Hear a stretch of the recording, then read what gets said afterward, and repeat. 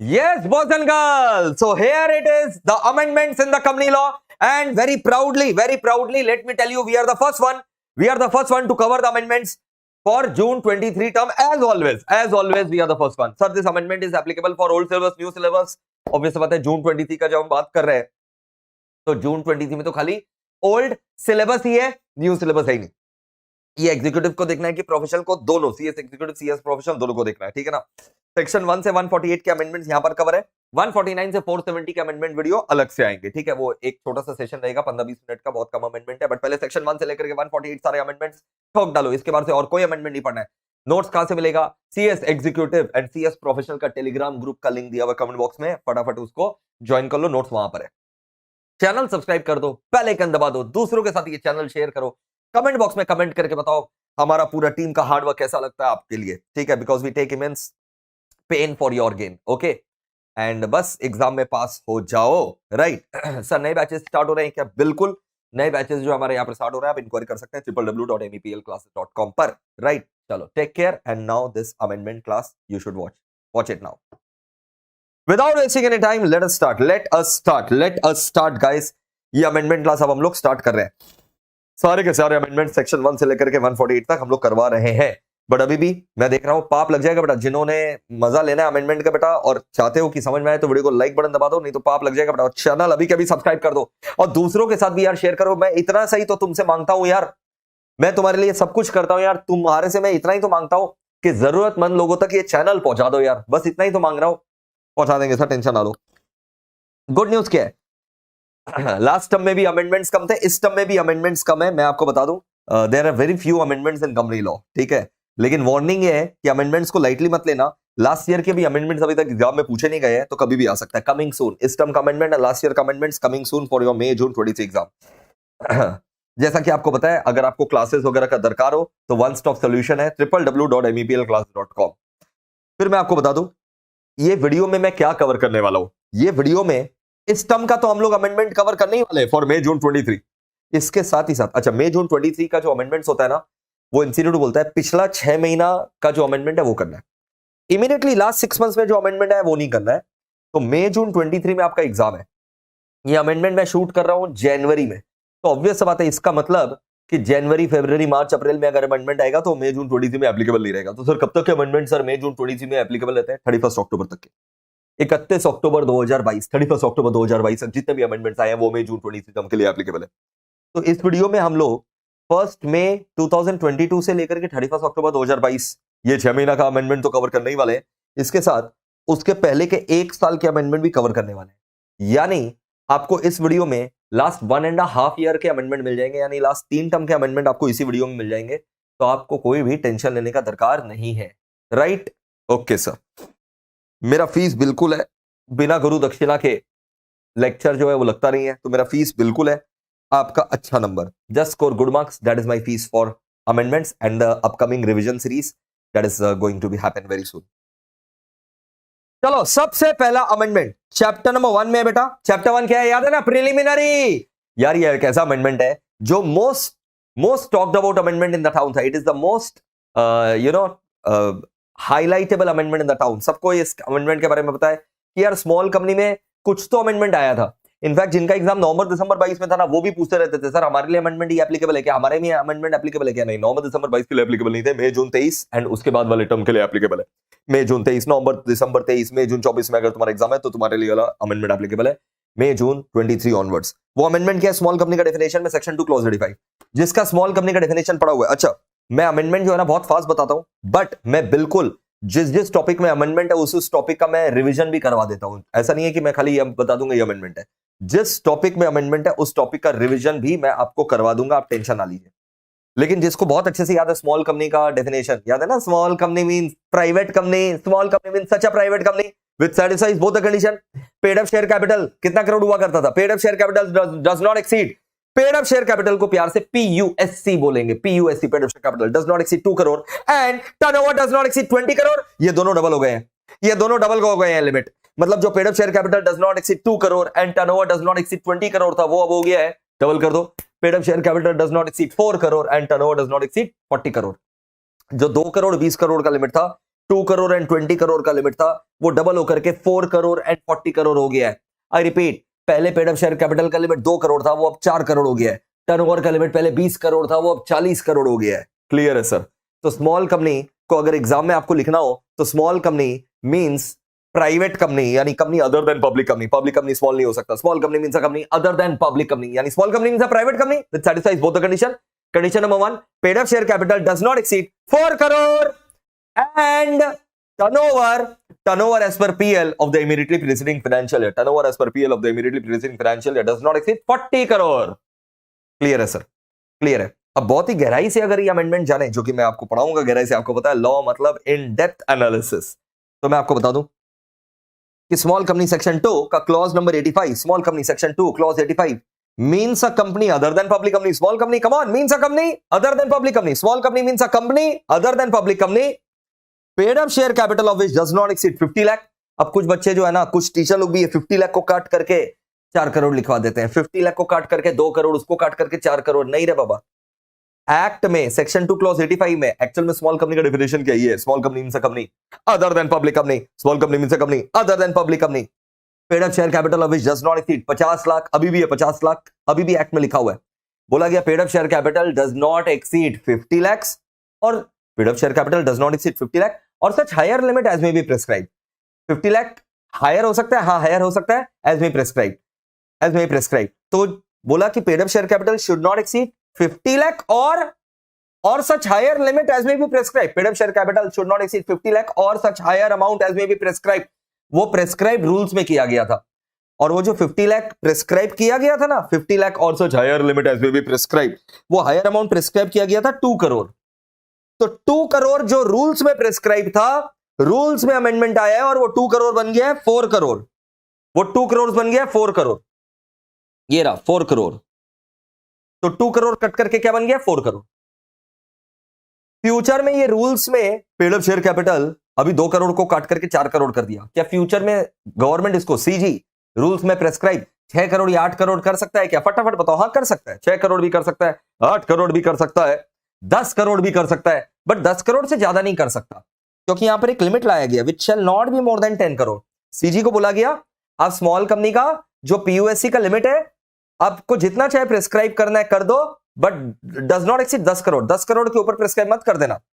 तो सीजी अगर चाहे तो जो पेड अप शेयर कैपिटल का लिमिट है स्मॉल कंपनी का, कितना भी प्रेस्क्राइब कर सकता है, but should not exceed 10 crore. तो सीजी ने तो 10 करोड़ से ज्यादा प्रेस्क्राइब भी नहीं किया। कितना किया? 4 करोड़। मैं बोल रहा हूं फ्यूचर में ये 4 करोड़ का लिमिट सीजी बढ़ा करके 6 करोड़, 7 करोड़, 8 करोड़, 9 करोड़, 10 करोड़ कर सकता है, उससे ज्यादा नहीं कर सकता। मक्खन है सर।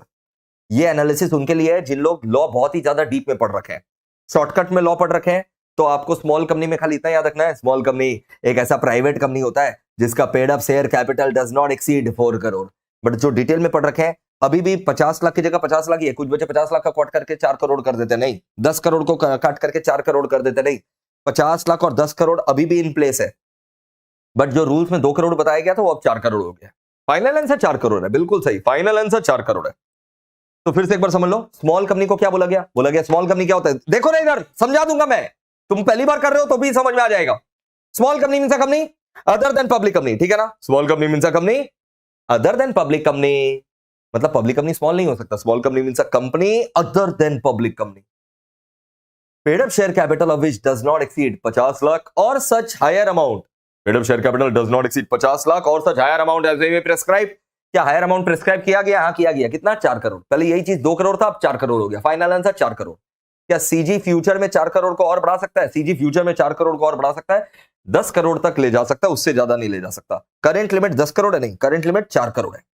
तो स्मॉल कंपनी एक ऐसा प्राइवेट कंपनी होता है जिसका paid up share capital 4 crore तक रहे, does not exceed 4 crore. And उसी प्रकार टर्नओवर जो है, turnover of which as per PL of immediately preceding financial year, turnover of which as per PL of immediately preceding financial year does not exceed 2 crore. CG इसको बढ़ा सकता है, हाँ बढ़ा सकता है, और such higher amount as may be prescribe. पहले प्रेस्क्राइब 20 करोड़ था, अभी प्रेस्क्राइब्ड है 40 करोड़। 20 करोड़ कट करके कितना आ गया बेटा? 40 करोड़। ठीक है, फ्यूचर में सीजी ये 40 करोड़ को और बढ़ा सकता है, 100 करोड़ तक बढ़ा सकता है, 100 करोड़ के ऊपर नहीं ले जा सकता। जैसे पेड अप शेयर कैपिटल का करंट लिमिट 4 करोड़ है, फ्यूचर में सीजी इसको 10 करोड़ तक ले जा सकता है। टर्नओवर का लिमिट करंट में 40 करोड़ है, फ्यूचर में सीरीज को 100 करोड़ तक ले जा सकता है। अब बच्चा बोलेगा भाड़ में गया सर, फ्यूचर में 10 करोड़ और 40 करोड़। फ्यूचर में लिमिट कितना हो सकता है? 10 करोड़ और 100 करोड़। फ्यूचर का लिमिट कितना हो सकता है? 10 करोड़ और 100 करोड़। करंट लिमिट कितना है? 4 करोड़ 40 करोड़। बहुत सिंपल है सर, बहुत ही ज्यादा सिंपल है सर, मजा आ गया सर, मजा आ गया सर, कोई भी दिक्कत नहीं है सर, मजा आ गया। तो करंट लिमिट मेरे को बता दो। Paid up share capital 4 crore and turnover 40 crore. Future में सीरीज को बढ़ा सकता है? अरे भाड़ में गया सर, फ्यूचर छोड़िए ना, अभी प्रेजेंट के बारे में सोचने दीजिए सर। बट ठीक है सर, आप बोल लीजिए, आप अपना मन का पूरा कर लीजिए। फ्यूचर में इस लिमिट को 4 करोड़ कितना हो सकता है? 10 करोड़। और 40 करोड़ कितना हो सकता है? 100 करोड़। तो अभी current limit paid up share capital and turnover का 4 करोड़ 40 करोड़ है। 4 करोड़ 40 करोड़, 4 करोड़ 40 करोड़। फ्यूचर में हो सकता है 10 100। अभी करंट कितना है? 440 440 440। हटा 7 के घटा। अगर तुम्हारा कल एग्जाम है तो मैं तुम्हें खाली एक लाइन में बताऊंगा स्मॉल कंपनी क्या होता है। Small company means a private company with satisfies both the condition. Paid up share capital does not exceed 4 crore and turnover as per PL of immediately preceding financial year does not exceed 40 crore। 4 crore 40 crore. आगे बढ़ो। Done है sir, done डन डन डन डन डन डन done sir, बहुत ही गहरा एनालिसिस हुआ है। चैप्टर 1 में और कोई अमेंडमेंट नहीं है बेटा। चैप्टर 2 में आ जाओ। Incorporation of company and matters incidental thereto। ये जो अमेंडमेंट है ना, ये 1 साल से अमेंडमेंट आ रखा है, ये नया अमेंडमेंट नहीं है। ये मैंने पिछले 2 अमेंडमेंट क्लास में भी कवर करवाए थे, ठीक है, बट इंस्टीट्यूट के आरटीपी में है तो इसलिए मैं फिर से कवर करवा दे रहा हूं। सेक्शन 16 में अमेंडमेंट है, सबके रेगुलर बैच में अमेंडमेंट कवर्ड है, टेंशन ना लो। इनफैक्ट मेरे से जो मई जून 23 का रेगुलर बैच लिया था उसमें स्मॉल कंपनी का भी अमेंडमेंट हमने रेगुलर बैच में कवर कर लिया था। रेगुलर बैच वाले बच्चों के सारे अमेंडमेंट कवर्ड है, उनको कोई टेंशन नहीं लेना है, वो रिवीजन के हिसाब से देख ले। Chapter 2 incorporation of company and matters incidental thereto। Section number 16 rectification of name of company. अच्छा ध्यान रखना, जो भी अमेंडमेंट है मैंने उसको रेड कलर से लिखा है। अमेंडमेंट मतलब रेड कलर, मतलब ये ब्लू वाला पोर्शन तो कोई अमेंडमेंट है ही नहीं, रेड कलर वाला अमेंडमेंट है। ये रहा, एक रेड कलर यहां मिला सर, ये रहा अमेंडमेंट, और एक रेड कलर यहां मिला। ठीक है सर, पढ़ाइए ना सर, पूरा पढ़ा दीजिए ना सर, सेक्शन 16 पूरा पढ़ा दीजिए ना। Very quickly then, very quickly, rectification of name of company. Come on यार, come on guys, show me the fire। Channel subscribe करके बेल आइकन दबा दो। अगर पास होना चाहते हो चैनल सब्सक्राइब करके बेल आइकन दबा दो बेटा। Rectification of name of company में आ जाओ। आपको पता होगा सेक्शन 16 क्या बोलता है? सीजी। और सेक्शन 16 में जो सीजी है वो कौन है? RD, regional director. Regional director के पास पावर है कि वो नया कंपनी को नाम चेंज करने बोल सकता है। रीजनल डायरेक्टर के पास पावर है कि वो नया कंपनी को अपना नाम चेंज करने बोल सकता है कि यार नया कंपनी चल अपना नाम चेंज कर। अबे नया कंपनी अपना नाम चेंज कर। क्यों सर? क्योंकि नया कंपनी का जो नाम था, new company's name is identical or to nearly resemble with an existing company's name. CG यानी RD has a power to direct the new company to change the name. CG यानी RD has a power to direct the new company to change the name if new company's name is either identical or to nearly resemble with an existing company name. एक existing company का नाम है Tata sons private limited. Tata sons private limited नाम है, existing company है Tata sons private limited. आपने नाम कर दिया, आपने भी खोल दिया टाटा सन्स प्राइवेट लिमिटेड, तो भाई आइडेंटिकल हो गया। या आपने नाम खोल दिया टाटा सन, तो टू नियरली रिजेंबल हो गया। सन्स के जगह आपने एसओएन खाली लिख दिया, ठीक है। या फिर टाटा में डबल ए लगा दिया, टीएटी है आपने T double A T A लगा दिया, तो टू नियरली रिजेंबल हो गया। या तो एकदम आइडेंटिकल मैच करवा दिया या फिर टू नियरली रिजेंबल नाम रख दिया आपने। तो अगर एक नया कंपनी अपना नाम ऐसा रख देता है जो कि एग्जैक्टली सेम है यानी आइडेंटिकल है, या फिर बहुत हद तक मिलता जुलता है यानी टू नियरली रिजेंबल है, तो फिर रीजनल डायरेक्टर के पास पावर है कि वो नया कंपनी को बोलेगा नया कंपनी अपना नाम चेंज कर। और नया कंपनी को नाम चेंज करना पड़ेगा। हाँ, नया कंपनी को नाम चेंज करना पड़ेगा, मैंडेटरी है। New company must change its name within 3 months of CG's direction. Within 3 months of CG यानी RD's direction new company must change its name by passing over NGM. इसमें कोई भी amendment नहीं है। तो CG यानी RD में direct the company to change its name if the name of the company is या तो आइडेंटिकल या too nearly resemble with the name of an existing company. Company को नाम चेंज करना पड़ेगा 3 महीना के अंदर। क्या पास करके? ऑर्डिनरी रेजोल्यूशन जनरल मीटिंग पास करके। क्लियर है सर, यहां तक कोई दिक्कत नहीं है। दूसरा केस, आरडी कब नया कंपनी को नाम चेंज करने बोलता है? आरडी नया कंपनी को न्यू कंपनी को नाम चेंज करने बोलता है। आरडी न्यू कंपनी को नाम चेंज करने बोलता है।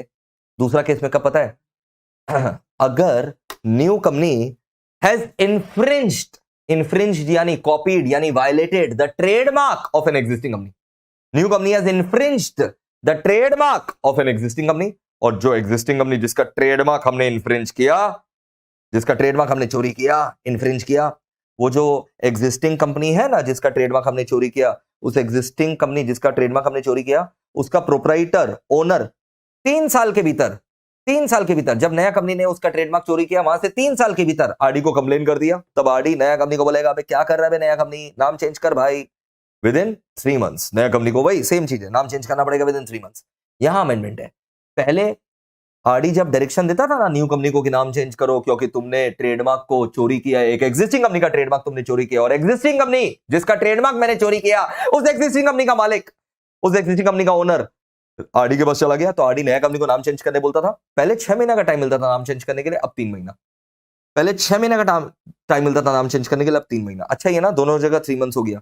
अगर नाम आइडेंटिकल या टू नियरली रिजेंबल है तो भी मेरे को आरडी जब बोलेगा नाम चेंज करना पड़ेगा 3 महीना के अंदर, आरडी के बोलने पर 3 महीना के अंदर नाम चेंज करना पड़ेगा।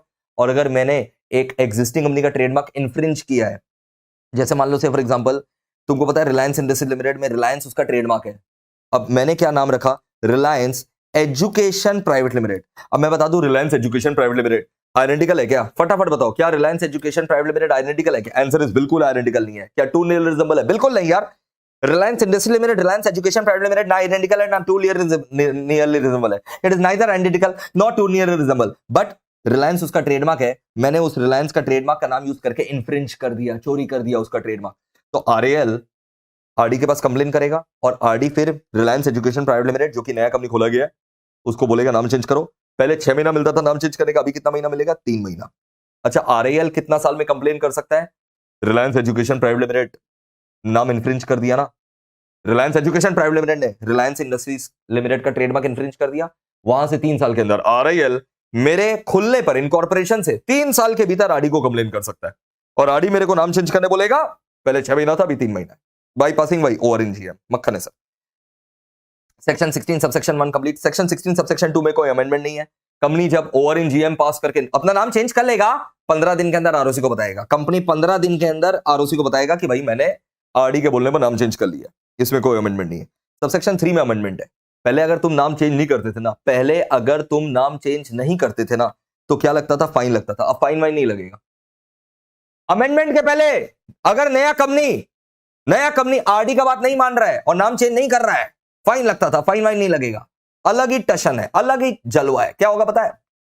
तुमने आरडी का बात नहीं माना, नाम चेंज नहीं किया, आरडी खुद से तुमको नाम चेंज कर देगा और एक नया नाम दे देगा। और आरओसी जो है ना, आरओसी जो रजिस्टर ऑफ कंपनी बनाता है उसमें तुम्हारा नया नाम डाल देगा, पुराना नाम हटा करके तुम्हारा नया नाम डाल देगा। ले बेटा, पर्पस था कि नया कंपनी अपना नाम चेंज करे।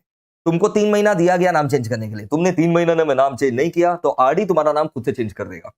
If company defaults in complying with CG's direction under subsection 1 जो हमने पढ़ा, तो सीजी यानी RD shall allot a new name in such manner as may be prescribed, and ROC क्या करेगा? आरओसी नया नाम रजिस्टर ऑफ कंपनी में डाल देगा in place of old name and issue fresh certificate of incorporation containing the new name of the company. तुमको नया नाम कौन देगा? आरडी देगा। आरडी तुमको नया नाम अलॉट कर देगा और रजिस्ट्रार ऑफ कंपनी आरओसी तुम्हारा नया नाम रजिस्टर ऑफ कंपनी में डाल देगा और तुमको नया सर्टिफिकेट ऑफ इनकॉर्पोरेशन दे देगा। सर अगर नाम पसंद नहीं आया तो नाम पसंद नहीं आया तो तुम्हारे पास वो सेक्शन 13 तो है ही। सेक्शन 13 पढ़े थे ना, जिसमें हम लोग अपने मन से एसआर इन जीएम पास करके नाम चेंज कर सकते थे, वो तो कर ही सकते हो तुम। Provided that nothing in this subsection shall prevent a company from changing its name. मतलब we are not stopping you from changing your name subsequently. एक बार आरडी तेरे को नाम दे दिया, उसके बाद तेरे को अगर नाम पसंद नहीं आया आरडी का तो तुम खुद से चेंज कर सकते हैं by passing SR in GM and approval of ROC under section 13। याद आ गया सर, सेक्शन 13 में हम लोग अपने आप नाम चेंज कर सकते हैं, कोई दिक्कत नहीं है, कोई दिक्कत नहीं है। चैप्टर 1 में स्मॉल कंपनी का अमेंडमेंट था। चैप्टर नंबर 2 में सेक्शन 16 का अमेंडमेंट था। डन डना डन डन डन डना डन डन। क्लियर है ना? यस सर, क्लियर है सर। अब आ जा रहे हैं हम लोग chapter number 3 prospectus and allotment of securities के अंदर। चैप्टर नंबर 3 में एकदम ताजा ताजा अमेंडमेंट है बेटा, prospectus and allotment of securities का। फटाफट आ जाइए चैप्टर नंबर 3 का अमेंडमेंट। चैप्टर नंबर 3 का amendment coming now. Chapter number 3 का amendment prospectus and allotment of security. इसमें प्राइवेट प्लेसमेंट के अंदर अमेंडमेंट है। इसमें जो अमेंडमेंट है बेटा प्राइवेट प्लेसमेंट में एक छोटू सा अमेंडमेंट है, देखो बस इतना ही अमेंडमेंट है, ठीक है ना। जिन लोग यहां तक पहुंच गए हैं बिना वीडियो को लाइक बटन दबाए, बिना चैनल सब्सक्राइब किए और बेल आइकन दबाए, घोर पाप लग जाएगा बेटा, मैं बता रहा हूं, लटक जाओगे। अभी के अभी चैनल सब्सक्राइब करके बेल आइकन दबा दो यार, तुम्हारा भाई इतना मेहनत करता है यार, थोड़ा तो बात सुना करो भाई।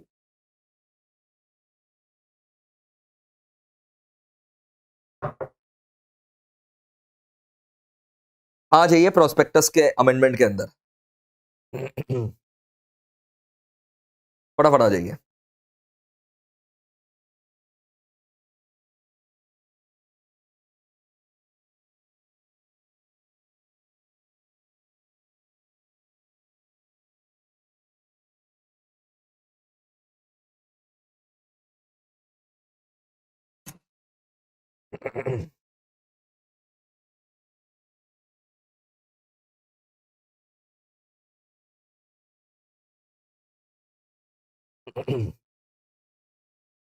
सेशन खत्म होने के बाद नोट्स टेलीग्राम ग्रुप में मिल जाएंगे। पहले सेशन का तो मजा ले लो यार।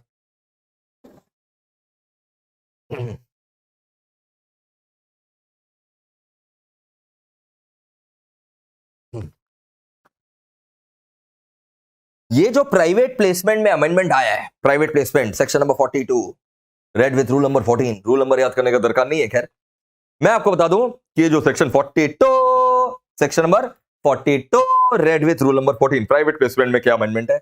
ये देशभक्ति वाला अमेंडमेंट है, नेशनल इंटरेस्ट को ध्यान में रख करके अमेंडमेंट लाया गया है। क्या अमेंडमेंट है सर, बताइए ना सर। अगर एक कंपनी प्राइवेट प्लेसमेंट, कंपनी अगर प्राइवेट प्लेसमेंट करना चाह रहा है किसी भी बॉडी कॉर्पोरेट को या किसी भी नेशनल को, किसी भी बॉडी कॉर्पोरेट को या किसी भी नेशनल को यानी सिटीजन को, किसी भी बॉडी कॉर्पोरेट या किसी भी सिटीजन को अगर हम प्राइवेट प्लेसमेंट कर रहे हैं और वो बॉडी कॉर्पोरेट और सिटीजन कहां का है पता है? एक ऐसा कंट्री का है जिसके साथ हमारा महान भारत का लैंड बॉर्डर सटा हुआ है। जैसे पाकिस्तान लैंड बॉर्डर सटा हुआ है, चाइना लैंड बॉर्डर सटा हुआ है, नेपाल भूटान लैंड बॉर्डर सटा हुआ है। तो जिस जिस कंट्री का लैंड बॉर्डर हमारे कंट्री के साथ सटा हुआ है, उस कंट्री के बॉडी कॉर्पोरेट को या उस कंट्री के सिटीजन को, उस कंट्री के बॉडी कॉर्पोरेट या उस कंट्री के सिटीजन को अगर हम प्राइवेट प्लेसमेंट कर रहे हैं तो भैया आरबीआई का अप्रूवल लगता है। तो आरबीआई का अप्रूवल सामने वाले बॉडी कॉर्पोरेट या सामने वाले सिटीजन को लेना पड़ेगा। और आरबीआई का अप्रूवल लगेगा under foreign exchange management, under foreign exchange management, FEMA rules में foreign exchange management non debt instrument का रूल्स होता है। Foreign exchange management non debt instruments का रूल होता है, उसके तहत आपको आरबीआई का अप्रूवल लेना पड़ेगा, तभी जाकर के मैं उस बंदे को प्राइवेट प्लेसमेंट कर सकूंगा। बहुत सिंपल है सर, बहुत सिंपल है। फिर से सुन लो, मेरा कंपनी प्राइवेट प्लेसमेंट करना चाहता है ऐसा बॉडी कॉर्पोरेट या ऐसा सिटीजन को जो कि एक ऐसा कंट्री में रहता है जिस कंट्री का लैंड बॉर्डर इंडिया के साथ अटैच्ड है। India shares land border with such a country and that body corporate और सिटीजन, ठीक है, we are making private placement we are making a private placement to that body corporate which is incorporated or that citizen who resides in the country which shares land border with India, then in that case RBI's approval under foreign exchange management non-convertible security rule has to be taken। मतलब पाकिस्तान का कोई citizen को या फिर China का कोई citizen को या चाइना का किसी कंपनी को हम लोग प्राइवेट प्लेसमेंट करना चाहते हैं, चाइना के किसी कंपनी को हम लोग प्राइवेट प्लेसमेंट करना चाहते हैं, तो भैया आरबीआई का अप्रूवल लगेगा। ऐसा क्यों बोल रहे हैं सर, ऐसा क्यों लाया गया? क्योंकि हम लोग देख लिए पेटीएम में क्या हुआ था। पेटीएम वाला ने क्या किया रखा था, विजय शेखरन पेटीएम ने चाइना के सारे इन्वेस्टर लोग को, चाइना के सारे इन्वेस्टर लोग को प्राइवेट प्लेसमेंट कर रखा था, चाइना के सारे इन्वेस्टर लोग को प्राइवेट प्लेसमेंट कर रखा था। और फिर लिस्टिंग करवा करके, पेटीएम का लिस्टिंग करा करके क्या किया, चाइनीज इन्वेस्टर को एग्जिट करवा दिया। लिस्टिंग हुआ, पब्लिक का पैसा आया, तो उसमें शेयर किसका बिका, चाइनीज इन्वेस्टर का। तुम समझ रहे हो ना, गेम समझ रहे हो क्या था? अरे बोलो, पेटीएम जब अनलिस्टेड कंपनी हुआ करता था, प्राइवेट प्लेसमेंट तो कर ही सकता था, तो चाइनीज इन्वेस्टर लोग को कर दिया। फिर जब लिस्टिंग जब हुआ ऊंचा दाम पर, तो चाइनीज इन्वेस्टर लोग तो अपना शेयर बेच करके भाग गया ना। अब सीधा यहां चाइना का नाम नहीं लिख सकते, किसी एक कंट्री को टारगेट नहीं कर सकते, लाया गया चाइना के लिए ही है, बट सीधा चाइना का नाम नहीं लिखे, सीधा क्या बोल दिए, भाई इंडिया जिस फॉरेन कंट्री के साथ लैंड बॉर्डर शेयर करता है, इंडिया जिस फॉरेन कंट्री के साथ लैंड बॉर्डर शेयर करता है, तुम उस देश के बॉडी कॉर्पोरेट या सिटीजन लोग को अगर प्राइवेट प्लेसमेंट करना चाहते हो, पहले आरबीआई का अप्रूवल लो। यानी अगर हम अमेरिका का सिटीजन को प्राइवेट प्लेसमेंट करना चाहते हैं, अमेरिका के साथ हमारा लैंड बॉर्डर शेयर नहीं है, क्या अमेरिका का सिटीजन को या बॉडी कॉर्पोरेट को हम लोग प्राइवेट प्लेसमेंट विदाउट आरबीआई से अप्रूवल कर सकते हैं? आंसर इज यस, कर सकते हैं। समझ में आ गया सर, जबरदस्त तरीके से समझ में आया। तो प्राइवेट प्लेसमेंट, अब आप इसको अपने लैंग्वेज में लिख सकते हैं, कोई दिक्कत नहीं है। तो एक नया प्रोविजो समझ में आता है ना, प्रोवाइजो बोल लो, नया प्रोविजो लाया गया, यानी एक्सेप्शन लाया गया, provided also that no offer or invitation of any security under this rule shall be made, no offer or invitation to subscribe the security shall be made to, किसको बताओ तो, बॉडी कॉर्पोरेट आप किसको नहीं कर सकते हैं बताओ तो? Body corporate incorporated in or a national of a country यानी citizen of a country which shares land border with India. ऐसा बॉडी कॉर्पोरेट या ऐसा सिटीजन ऐसा कंट्री का which shares land border with India unless such body corporate or national have obtained government approval under foreign exchange management non-debt instrument rule 2019 and attached with the private placement offer cum application letter। तो भैया तुमको government का approval और ये government ने power RBI को दे रखा है, तो गवर्नमेंट थ्रू आरबीआई का तुमको अप्रूवल लेना पड़ेगा। गवर्नमेंट थ्रू आरबीआई का अप्रूवल लेकर के कंपनी को सबमिट करना पड़ेगा, तभी कंपनी तेरे को प्राइवेट प्लेसमेंट कर सकेगा। मक्खन सर, मजा आ गया, मजा आ गया। अब चालू मत कर देना भाई डांस। चलो, ये था चैप्टर नंबर कौन सा बताओ? 3। तालियां। Chapter number 4 share capital and debenture. Share capital and debenture में कोई अमेंडमेंट नहीं है, कोई अमेंडमेंट नहीं है बेटा। अब आ जाओ बेटा chapter number 5 acceptance of deposit by company. एक छोटू सा अमेंडमेंट है, अगेन मैं बता दूं, ब्लू कलर वाला अमेंडमेंट नहीं है, जो मैंने रेड से लिखा है वो अमेंडमेंट है, रेड कलर वाला अमेंडमेंट है। तो जो जिनका एग्जाम कल ही है भाई, जिनका एग्जाम कल ही है वो सुन लो। Acceptance of deposit by company में याद है एक एनुअल रिटर्न डिपॉजिट्स का डीपीटी 3 में भरना पड़ता था। रूल्स में अपने सीखे थे कि जो कंपनी डिपॉजिट ले रखा है उसको 30 जून तक, जो भी कंपनी डिपॉजिट ले रखा है उसको 30 जून एवरी ईयर 30 जून तक फॉर्म नंबर डीपीटी 3 जमा करना पड़ता है उसी के पास कि कितना डिपॉजिट ले रखा है बताओ। अब वो डीपीटी 3 जो है ना, डीपीटी 3 ऑडिटर ने ऑडिट किया है, ये बात ऑडिटर डीपीटी 3 में लिखेगा कि डीपीटी 3 में जो इंफॉर्मेशन है ऑडिटेड है, ऑडिटर भी डिक्लेरेशन देगा इन डीपीटी 3 में। बस यही अमेंडमेंट है। सर फिर से बोलिए क्या अमेंडमेंट है? डीपीटी 3 जो जमा करता था ना कंपनी आरओसी को, अभी भी कंपनी जमा करेगा आरओसी को डीपीटी 3। अमेंडमेंट ये है कि उसमें डीपीटी 3 में एक डिक्लेरेशन ऑडिटर देगा कि the figures are audited. DPT 3 में जो फिगर्स है वो ऑडिटेड है, ये बात का डिक्लेरेशन ऑडिटर देगा डीपीटी 3 में। क्लियर है सर? मक्खन सर, मक्खन मक्खन। तो अमेंडमेंट ये है, declaration to date effect. Date effect मतलब the figures mentioned in DPT 3 are audited, the figures mentioned in DPT 3 are audited, ये ऑडिटर डीपीटी 3 में लिख देगा। मक्खन सर, क्लियर है सर? तो डीपीटी 3 याद है ना क्या था? एवरी कंपनी जिसके ऊपर ये रूल्स एप्लीकेबल था उसको 30 जून तक, 30 जून एवरी ईयर तक आरओसी के पास जमा करना पड़ता था डीपीटी 3, जिसमें वो पूरा जानकारी फर्निश करता था कि 31 मार्च तक कितना डिपॉजिट लिया गया है, कितना डिपॉजिट आउटस्टैंडिंग है 31 मार्च तक।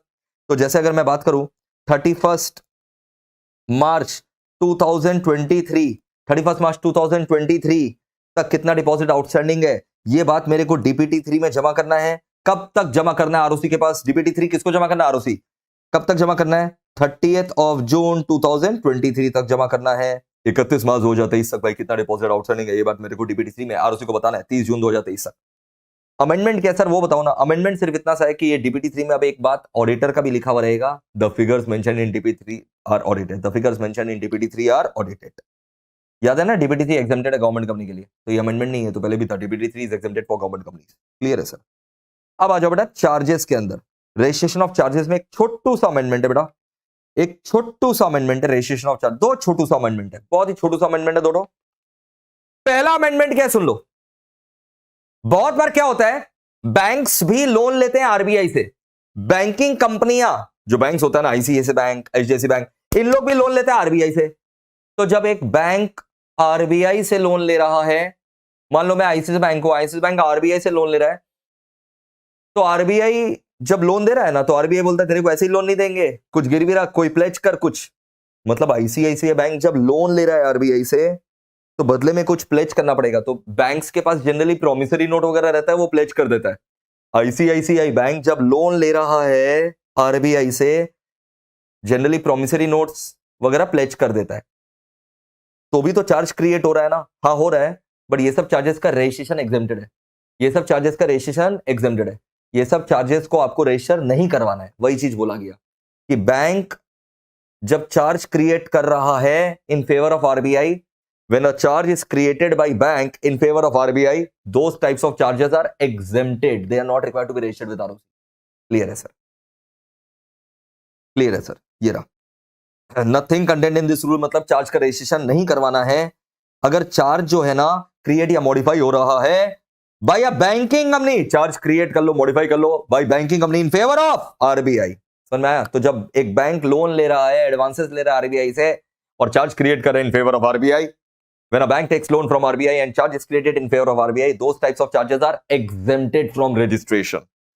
दूसरा अमेंडमेंट एकदम रीसेंट अमेंडमेंट, ताजा ताजा ये आया है, तुमको तो पता ही है ना, चार्ज का फॉर्म नंबर CHG 1489, ये सब जो फॉर्म्स होता है ना, एक ऐसा कंपनी है जो कि लिक्विडेशन में चला गया या फिर रेजोल्यूशन प्रोसेस में चला गया।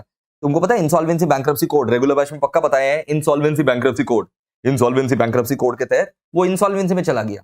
तो ऐसा कंपनी जो इंसॉल्वेंसी में चला गया, लिक्विडेशन में चला गया, ऐसा कंपनी जो इंसॉल्वेंसी या लिक्विडेशन में चला गया, तो यार अगर ऐसा कंपनी है जो इंसॉल्वेंसी या लिक्विडेशन में चला गया, तो उसका जो चार्ज का फॉर्म है, चाहे वो CHG 1 हो, 4 हो, 8 हो, 9 हो, कौन साइन करेगा? डायरेक्टर तो साइन नहीं कर सकता, क्योंकि जैसे ही कंपनी इंसॉल्वेंसी में जाता है या लिक्विडेशन में जाता है, डायरेक्टर लोग हट जाता है। आ जाता है पता है कंपनी में कौन मैनेज करने? रेजोल्यूशन प्रोफेशनल बोलते हैं उसको। वो बंदा को हम लोग रेजोल्यूशन प्रोफेशनल भी बोल सकते हैं, और अगर लिक्विडेशन में तो लिक्विडेटर बोलते हैं। तो जो रेजोल्यूशन प्रोफेशनल है या लिक्विडेटर है, वो साइन करेगा चार्ज का फॉर्म। ठीक है, तो कुछ खास नहीं है, एकदम सिंपल सा बात है। एकदम सिंपल सा बात है कि जो फॉर्म CHG 1489 है, it shall be sign by resolution professional. चाहे इंसॉल्वेंसी रेजोल्यूशन प्रोफेशनल बोल लो, रेजोल्यूशन प्रोफेशनल बोल लो, लिक्विडेटर बोल लो, for company under resolution of liquidation. मक्खन है सर, जबरदस्त सर, मजा आ गया सर, क्लियर है सर।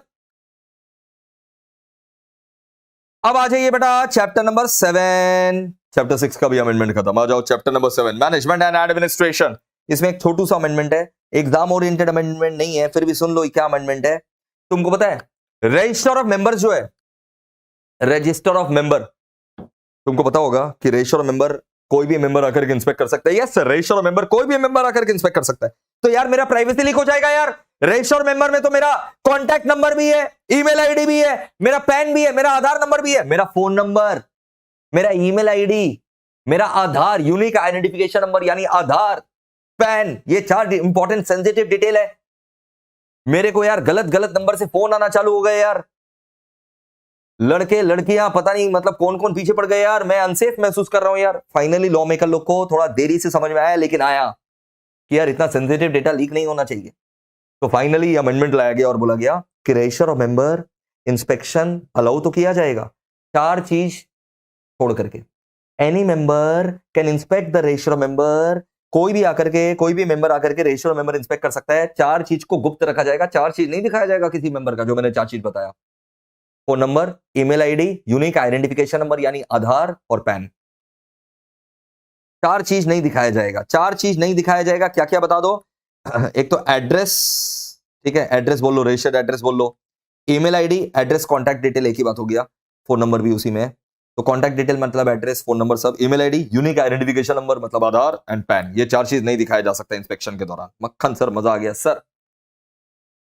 आगे बढ़ रहे हैं, डिविडेंड। बेटा डिविडेंड में एक छोटू सा अमेंडमेंट है। क्या अमेंडमेंट है सुन लो। तुमको पता होगा ना, इन्वेस्टर एजुकेशन प्रोटेक्शन फंड में बहुत सारा चीज क्रेडिट हो जाता है IEPF में। यस सर, पता है ना सर। सर वही सर, जो डिविडेंड अनक्लेम्ड है 7 साल से, जो अनक्लेम्ड डिविडेंड में पड़ा हुआ है 7 साल से, 7 साल के बाद सेंट्रल गवर्नमेंट के फंड में ट्रांसफर हो जाता है, और वो CG का फंड का नाम क्या है? IEPF, investor education protection fund में ट्रांसफर हो जाता है। वैसे ही जो डिबेंचर्स मैच्योर हो चुका है, जो डिबेंचर मैच्योर हो चुका है, बट डिबेंचर होल्डर गायब था 7 साल तक, तो डिबेंचर हो गया, डिपॉजिट हो गया, डिविडेंड हो गया, debenture, deposit, dividend, unclaimed for 7 years, after 7 years transfer to IEPF।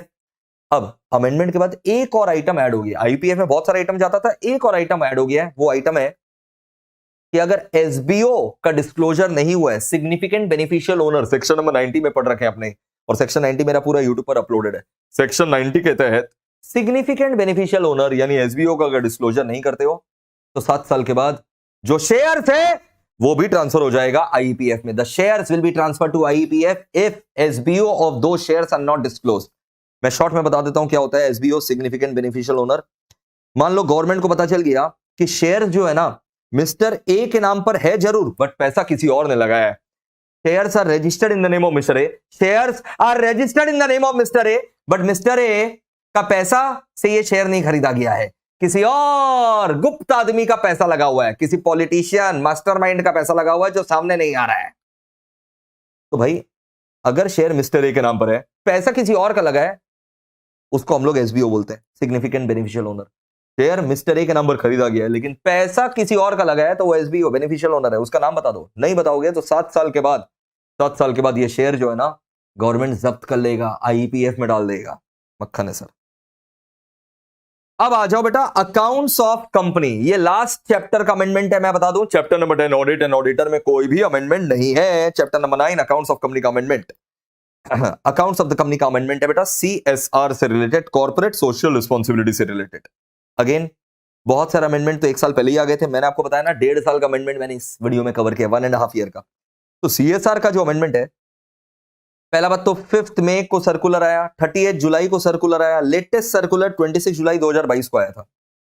CSR में बोला गया कि याद है ना 2021 में जब कोविड एकदम चरम सीमा पर था, तो बोला गया भाई आप अगर हेल्थ इंफ्रास्ट्रक्चर कोविड के लिए बना रहे हो, हेल्थ इंफ्रास्ट्रक्चर मतलब वो कोविड के लिए रूम्स बना रहे हो, आइसोलेशन रूम्स, मेकशिफ्ट हॉस्पिटल्स बना रहे हो कोविड के लिए, ठीक है ना, ऑक्सीजन जनरेशन प्लांट बना रहे हो, ऑक्सीजन का कमी हो गया था तो ऑक्सीजन प्लांट लगा रहे हो, वेंटिलेटर्स सिलेंडर्स बना रहे हो, मतलब कोविड 19 को काउंटर करने के लिए, कोविड 19 को काउंटर करने के लिए आप अगर कुछ कर रहे हो खर्चा, वो सीएसआर माना जाएगा, वो सीएसआर एक्टिविटी माना जाएगा।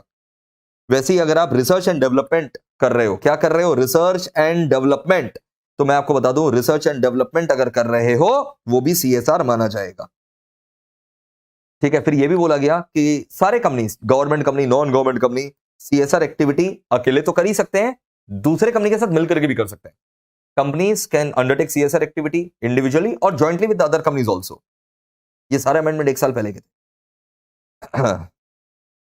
ठीक है ना। फिर बेटा vaccination for person other than employees and family member, ये भी सीएसआर एक्टिविटी माना जाएगा, जो हमने भी किया था, एमईपीएल ने भी किया था। 10 लाख रुपया का, 10 लाख रुपीस का हमने कोरोना केयर फंड निकाला था, कोरोना केयर फंड 10 लाख रुपया का, जिसमें हमने वैक्सीनेशन कराया था अपने एनरोल्ड स्टूडेंट्स को जिनको दरकार था।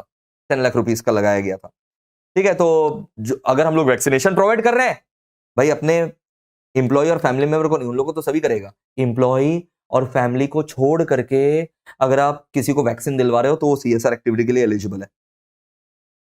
फिर देखो एक यूनिक चीज आया, आपको पता है ना हमने 2022 में आजादी का अमृत महोत्सव मनाया, 75th इंडिपेंडेंस मनाया, हर घर तिरंगा प्रोग्राम चला था कि नहीं चला था, हर घर तिरंगा। तो हर घर तिरंगा में भी अगर तुमने कुछ, मान लो हर घर तिरंगा में भी कुछ कंट्रीब्यूशन किया, या तो नेशनल फ्लैग छपवा दिया, हर घर में तिरंगा बंटवा दिया, तो खर्चा तो लगेगा ना, वो भी सीएसआर माना जाएगा। हर घर तिरंगा, इंग्लिश में ही लिखना है ये, हर घर तिरंगा, इसको इंग्लिश में ट्रांसलेट मत करके लिख देना एवरी होम फ्लैग, नहीं, टीम का नाम था हर घर तिरंगा। तो हर घर तिरंगा आजादी का अमृत महोत्सव में अगर तुमने कुछ खर्चा किया वो भी सीएसआर एक्टिविटी माना जाएगा under item number 2 of schedule 7, item 2 of schedule 7। Clear है सर, मक्खन एकदम। तो ये एक यूनिक चीज था। सीएसआर फॉर्म, ये भी एक साल पहले का अमेंडमेंट था। सीएसआर का एक नया फॉर्म आया था, सीएसआर 2। सीएसआर का एक खाली फॉर्म याद रखना, नया फॉर्म आया था सीएसआर 2। पहले सीएसआर का कोई फॉर्म नहीं हुआ करता था, पहले सीएसआर का कोई भी फॉर्म नहीं हुआ करता था, पहले सीएसआर का कोई भी फॉर्म नहीं हुआ करता था। अब एक फॉर्म था सीएसआर 2। कौन सा फॉर्म था बताओ? सीएसआर 2। तो इसको जमा करने का टाइम लिमिट सुन लो, सीएसआर 2 को जमा करने का टाइम लिमिट सुन लो।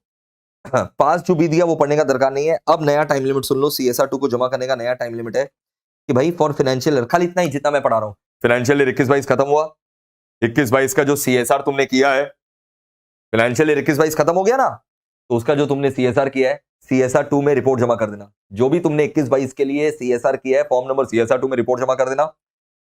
21-22 कब खत्म हुआ? 31 मार्च 2022 को। तो सीएसआर का रिपोर्ट सीएसआर 2 तुमको जमा कर देना 31 मार्च 2023 तक, एक साल का टाइम दे रहे हैं, बिफोर 31 मार्च 2023। 21-22 का सीएसआर रिपोर्ट सीएसआर 2 तुमको जमा कर देना 31 मार्च 2023। और कब जमा कर दोगे? जब तुम अपना एनुअल अकाउंट्स जमा कर दोगे। एनुअल अकाउंट्स का फॉर्म नंबर बताओ। बिल्कुल AOC 4, अगर XBRL फॉलो करते हो तो AOC 4 XBRL है, अगर NBFC है जो IND-AS फॉलो करता है तो उसका फॉर्म AOC 4 NBFC IND-AS है, एज द केस में भी। तो जनरली मेरे कंपनी के ऊपर AOC 4 एप्लीकेबल है, मैं AOC 4 जमा करता हूँ। XBRL फॉलो करता है तो AOC 4 XBRL फॉर्म हो जाएगा, IND-AS फॉलो करेगा तो NBFC है तो AOC 4 NBFC IND-AS, AOC 4 या AOC 4 XBRL या AOC 4 NBFC IND-AS, कोई भी एक फॉर्म जमा करने के बाद तुम सीएसआर 2 जमा कर देना 31 मार्च 2023 तक। चुप हो जाइए सर, समझ में आ गया सर, मक्खन की तरह क्लियर है सर। आखिरी अमेंडमेंट कमिंग अप, आखिरी अमेंडमेंट अकाउंट्स ऑफ कंपनी। याद है ना, अकाउंट्स हम लोग इलेक्ट्रॉनिक फॉर्म में भी मेंटेन कर सकते हैं। हाँ सर, बिल्कुल याद है सर। रूल नंबर 3 में आपने पढ़ाया है sir, rule number 3 of companies account rule 2014 कि अकाउंट्स हम लोग इलेक्ट्रॉनिक फॉर्म में मेंटेन कर सकते हैं, बट कुछ कुछ बातों का ध्यान रखना पड़ेगा। It should be accessible in India, जो इलेक्ट्रॉनिक रिकॉर्ड्स है it should be accessible in India. तो अब इसमें अमेंडमेंट क्या है, पहले एक्सेसिबल इन इंडिया था, अभी accessible in India at all time. Not only accessible in India, it shall be accessible in India at all time. तो पहले ये वर्ड था एक्सेसिबल इन इंडिया, अब वर्ड आ जाएगा accessible in India at all times. पहले हम लोग को बैकअप पीरियोडिक लेना पड़ता था, अब डेली लेना पड़ेगा। बैकअप शुड बी मेंटेन्ड, पहले पीरियोडिकल बेसिस था, अब डेली बैकअप होना चाहिए, डेली बैकअप। एक नया क्लॉज और ऐड हो गया है रेड इंक से जो लिखा हुआ है कि अगर सर्विस प्रोवाइडर, हमारा क्लाउड सर्विस प्रोवाइडर जो है ना, क्लाउड सर्विस प्रोवाइडर जिसमें हम लोग इलेक्ट्रॉनिक डेटा मेंटेन कर रहे हैं, वो लोकेटेड आउटसाइड इंडिया है, our service provider is located outside India, तो name and address of the person who is in control of the books of accounts in India should be mentioned. एक तो service provider तेरा outside India भाई, तो India में कौन जिम्मेदार है, who is the person responsible for the books of accounts in India, उसका नाम एंड एड्रेस बताओ। Name and address of the person in control of books of accounts in India should be mentioned. मक्खन है sir, मक्खन, एकदम मक्खन है sir. एक नया प्रोविजो ऐड किया गया सीएसआर से रिलेटेड कि भैया तुम्हारा अगर कुछ भी अमाउंट अनस्पेंड सीएसआर अकाउंट में, कुछ भी अमाउंट अनस्पेंड सीएसआर अकाउंट में, तो तुमको सीएसआर कमेटी जो है ना कंटिन्यू करना पड़ेगा। देख लो भाई, a company having any amount in unspent CSR account, तुम्हारा कुछ भी रुपया बाकी अनस्पेंड सीएसआर अकाउंट में, तो तुमको कंटिन्यू करना पड़ेगा सीएसआर कमेटी, और सेक्शन 135 कंप्लाई करना पड़ेगा। ऑब्वियस बात है, खाली याद रखना सीएसआर कमेटी कंटिन्यू करना पड़ेगा if you are having any amount in unspent CSR account. सब रूल 2 ओमिट हो गया है, बहुत इंपॉर्टेंट है, ध्यान रखो। सब रूल 2 पहले क्या बोलता था कि जिस कंपनी के ऊपर सीएसआर लागू हो जाता है, अगला 3 साल तक अगर कोई भी कंडीशन अट्रैक्ट नहीं होता है, तो 3 साल के बाद वो सीएसआर कमेटी नहीं बनाएगा, सीएसआर करना छोड़ देगा फॉर कंटिन्यूअस 3 फाइनेंशियल ईयर। कुछ याद आ रहा है ऐसा धुंधला धुंधला कि लगातार 3 साल तक सीएसआर का तीनों कंडीशन अगर अट्रैक्ट नहीं होता है, सीएसआर का 3 कंडीशन रहता है ना, क्या 3 कंडीशन रहता है, या तो नेट प्रॉफिट मिनिमम 5 करोड़ रहे, या फिर नेटवर्थ मिनिमम 500 करोड़, या टर्नओवर मिनिमम 1000 करोड़। ऐसा कंपनी जिसका नेट प्रॉफिट मिनिमम 5 करोड़ है, या फिर नेटवर्थ मिनिमम 500 करोड़ है, या टर्नओवर मिनिमम 1000 करोड़ है, तो उसको सीएसआर करना पड़ेगा। सीएसआर का प्रोविजन अट्रैक्ट हो जाएगा, कम से कम 2% सीएसआर करना पड़ेगा of the average net profit of immediately preceding 3 financial year.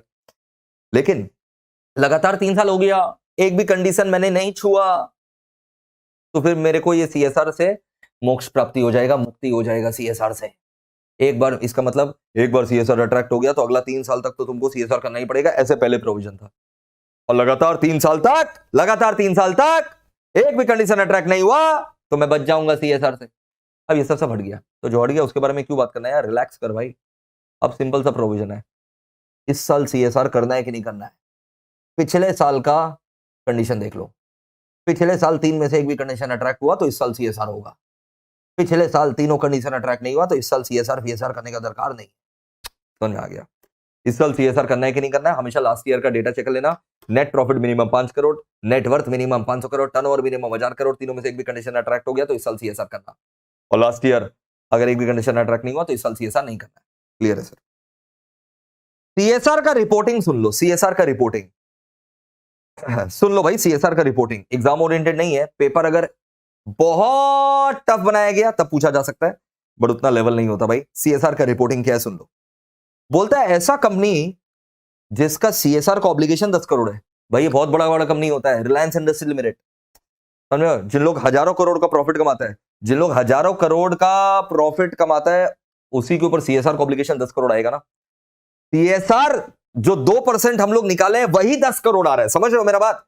CSR मेरा 10 करोड़ आ रहा है, मोटा मोटी एवरेज 10 करोड़ आ रहा है पिछला 3 साल का। पिछला 3 साल का मेरा सीएसआर का लायबिलिटी 10 करोड़ है, लास्ट 3 साल का मेरा सीएसआर का लायबिलिटी एवरेज में 10 करोड़ है। तो मेरा कंपनी जिसका सीएसआर का लायबिलिटी 10 करोड़ है, कम से कम मिनिमम 10 करोड़, तो भैया मेरे को फिर ना एक एजेंसी को हायर करके, एक independent agency, PwC independent agency को हायर करके सीएसआर का इंपैक्ट असेसमेंट करवाना पड़ता है कि मैंने बहुत सारे सीएसआर के प्रोजेक्ट किए होंगे, ऐसा सीएसआर का प्रोजेक्ट जिसमें 1 करोड़ रुपया मिनिमम फूका है।